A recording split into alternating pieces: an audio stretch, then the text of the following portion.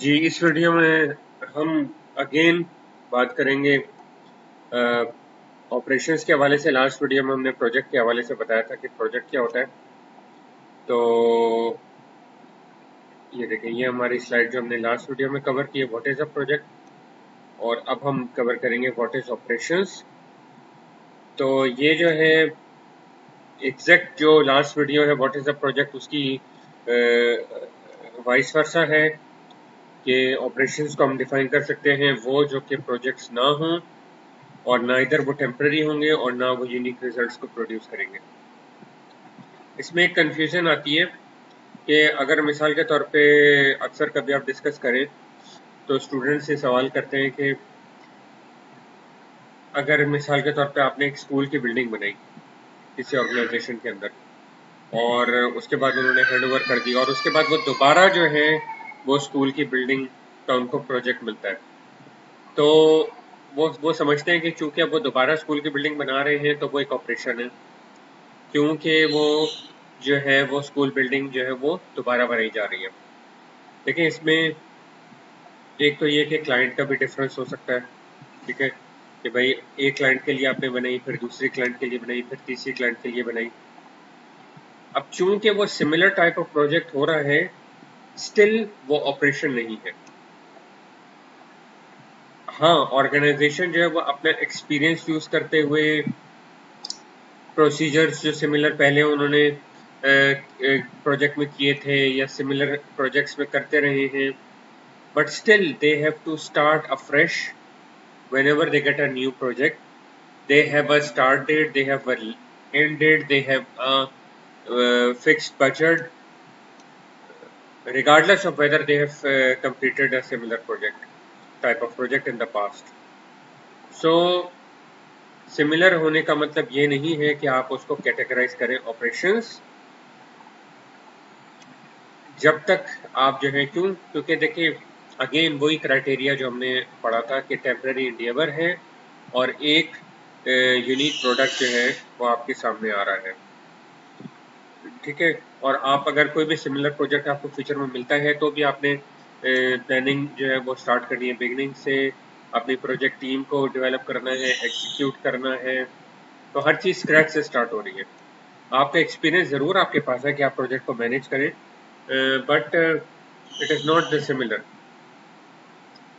कि एग्जैक्ट जो है वो आपका चीज़ हो सकता है, उसके अंदर कंटीजेंसीज आ सकती हैं, उसके अंदर और बहुत सारी चीज़ें हो सकती हैं।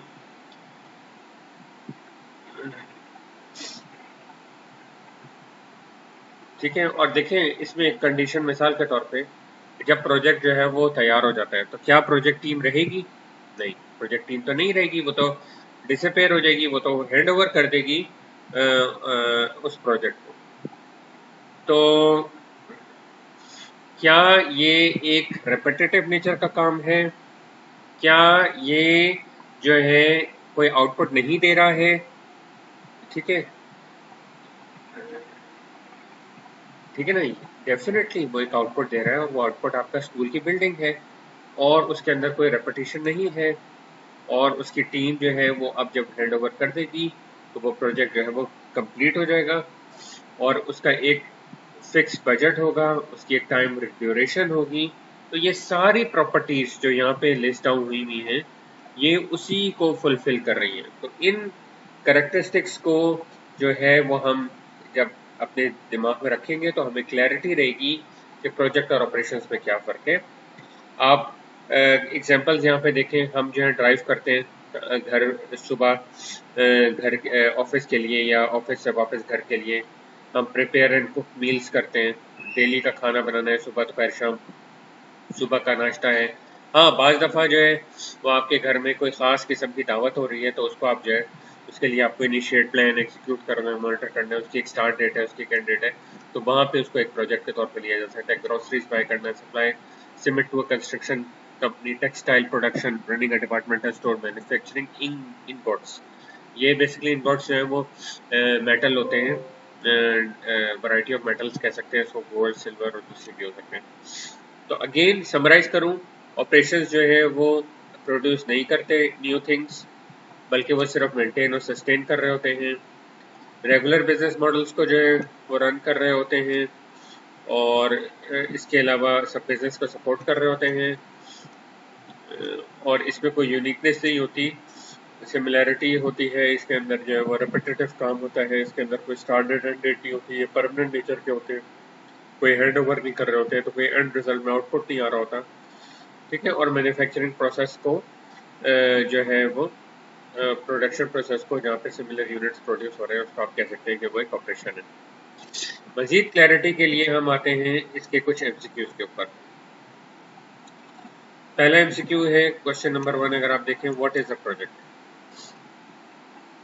ongoing routine activities to maintain business operations। ongoing routine activities जो है वो होता है आपका operation. Temporary endeavors with a specific goal, timeline and resources, बिल्कुल ये करीब का आंसर लग रहा है। इसके अलावा long term strategies for achieving organisational objectives, the day to day task perform by employees. The day to day task जो है वो भी ऑपरेशंस होते हैं। लॉन्ग टर्म स्ट्रेटजीज एक मैनेजमेंट के हवाले से प्रिंसिपल हो सकता है, बट जो सबसे क्लोजेस्ट मैच है वो है टेम्पररी इंडेवर्स होते हैं, ठीक है जी। इसलिए कि वो उसकी एक स्टार्ट डेट है, उसकी एक एंड डेट है और एक स्पेसिफिक आउटपुट होता है, रिजल्ट होता है, प्रोडक्ट होता है, उसमें एक फिक्स टाइमलाइन होती है, फिर फिक्स रिसोर्सेज होते हैं, एक स्पेसिफिक गोल होता है। तो इसका आंसर होगा बी। इसी तरह आते हैं क्वेश्चन नंबर 2 पे, what is operations? Short term initiatives aimed at achieving specific outcomes. Operations हमने पढ़ा परमानेंट होते हैं, शॉर्ट टर्म नहीं होते, तो इसलिए ये प्रोजेक्ट के हवाले से ज्यादा सूटेबल है। B, one time activities designed to improve organisational efficiency.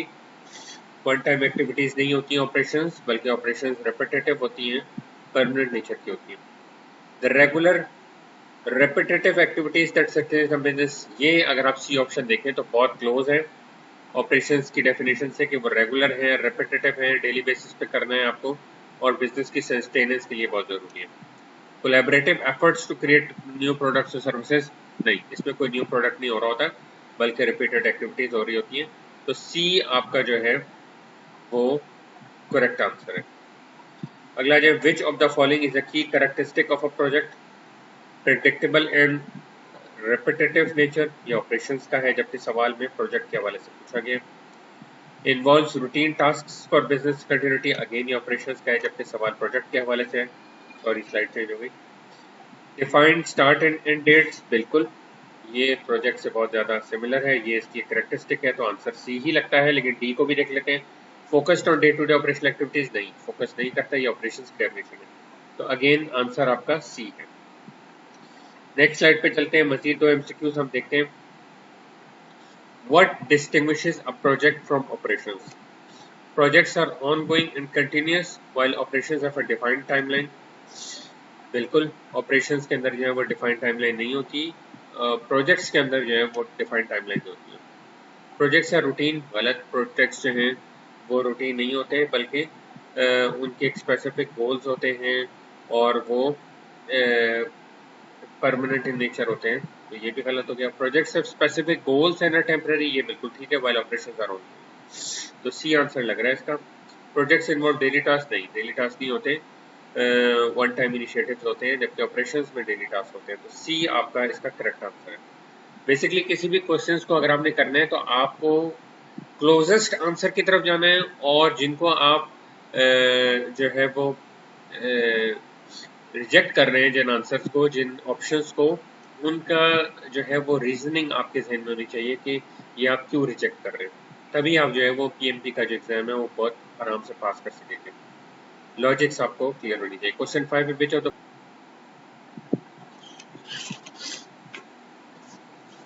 अच्छा जी, इसके बाद हमारा क्वेश्चन 5 है, which are the following best illustrates the difference between project and operations? Designing a new software application project है versus providing customer support operation है, बिल्कुल सही है, बहुत क्लोज लग रहा है, लेकिन बाकियों को भी देख लेते हैं। पेइंग एम्प्लॉय सैलरीज एक रूटीन का काम है, तो ये ऑपरेशंस होगा। Launching a new marketing campaign, new marketing campaign अगर आप कर रहे हैं तो वो प्रोजेक्ट होगा, तो बी तो नहीं हो गया, रिजेक्ट हो गया। Managing inventory levels, project versus conducted new employ training, ठीक है। एम्प्लॉय ट्रेनिंग की जहाँ तक बात करूँ, अगर मिसाल के तौर पर कोई यूनिवर्सिटी है, वो अपना एक प्रोजेक्ट मैनेजमेंट का कोर्स लॉन्च कर रही है, पहली दफ़ा कर रही है वो प्रोजेक्ट होगा, लेकिन एक दफ़ा वो प्रोजेक्ट तैयार हो जाएगा, कोर्स आउटलाइन क्या होगी, ऑडियंस क्या होगी, क्या शेड्यूलिंग होगी वगैरह वगैरह, तो फिर वो हैंड ओवर हो जाएगा, तो फिर वो हमारे ऑपरेशंस का पार्ट बन जाएगा। तो कंडक्टिंग एम्प्लॉय ट्रेनिंग ऑपरेशंस है। मैनेजिंग इन्वेंट्री लेवल्स भी आपका ऑपरेशंस का ही पार्ट है, तो ये भी रिजेक्ट हो गया। Improving manufacturing processes, manufacturing process आपका ऑपरेशंस का पार्ट है। अगर आप उसके अंदर कुछ इंप्रूवमेंट्स लेकर आ रहे हैं, फॉर एग्जांपल उसके अंदर जो इंटरनल कंट्रोल है उसको बेहतर कर रहे हैं, तो ये आपके ऑपरेशंस का पार्ट है। Delivering regular product orders, regular product order routine के मिल रहे हैं, तो ये भी आपके ऑपरेशंस का ही पार्ट है। ठीक है ना। अगर आप जो है वो कोई मैन्युफैक्चरिंग प्रोसेस कर रहे हैं और उसके अंदर आप जो है वो कोई नया एसओपी बना रहे हैं, कोई इस तरह के रूटीन इम्प्रूवमेंट्स लेकर आ रहे हैं, तो वो आपका ऑपरेशंस का ही पार्ट होता है।